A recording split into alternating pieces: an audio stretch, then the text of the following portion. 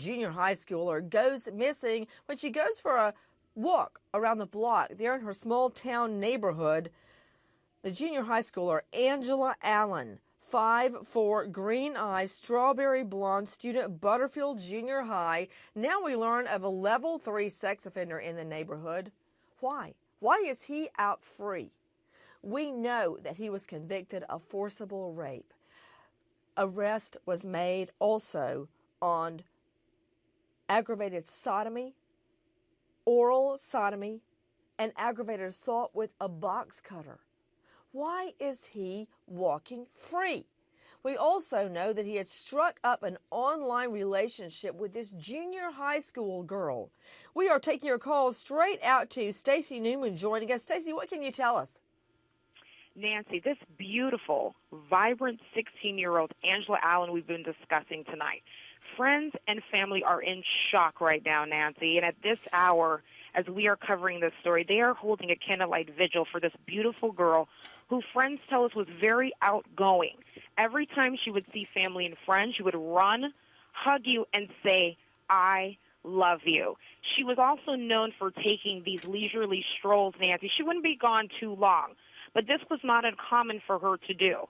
But unfortunately, this one evening, she took this walk, and it all ended in tragedy, Nancy. At this hour, we're waiting for a positive ID on these human remains found in a blue 50-gallon plastic barrel buried under a muddy grave, Nancy.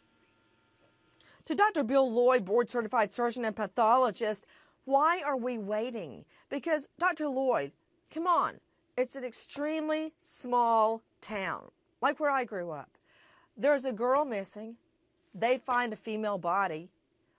I don't understand what the holdup is in making a positive identification. They've also told us the remains are wearing an outfit similar to what the girl had. Doctor? It is a justice system that we live in, and medical examiners have to follow specific protocols. So once they get that barrel and open it up, they are going to very carefully remove the remains, wash the body, photograph it completely, verify the identity, perhaps with fingerprints, but also dental x-rays, to confirm the actual presence of Angela, making sure that not just her clothes, but other findings confirm her true identity. We are standing by right now waiting on a positive ID of the human remains found in that 50-gallon blue drum. Back to Ellie Jostet, our chief editorial producer.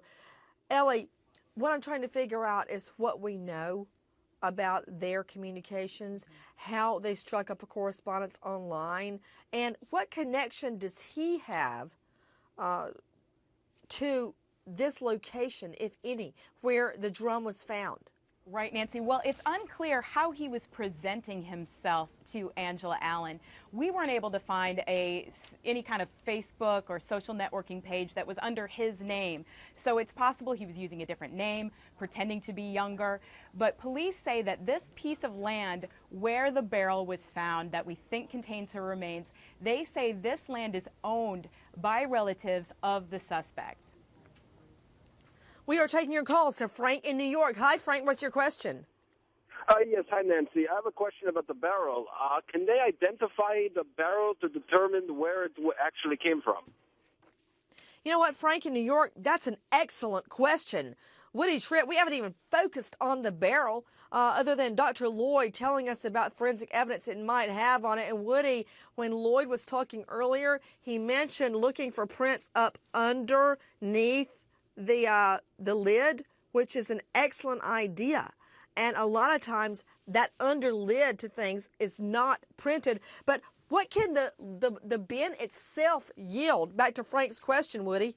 Well, Nancy, you've got a contained crime scene right there. It's one of the greatest things we can ever have as an investigator. But that barrel holds many clues. You've got markings on it. There may be labeling on it. There's going to be numbers imprinted or embedded in it from the factory. And as a result of that, we use that, just like we do a vehicle identification number, to track it back to its origins, possibly where they possibly bought it, being one of the family members.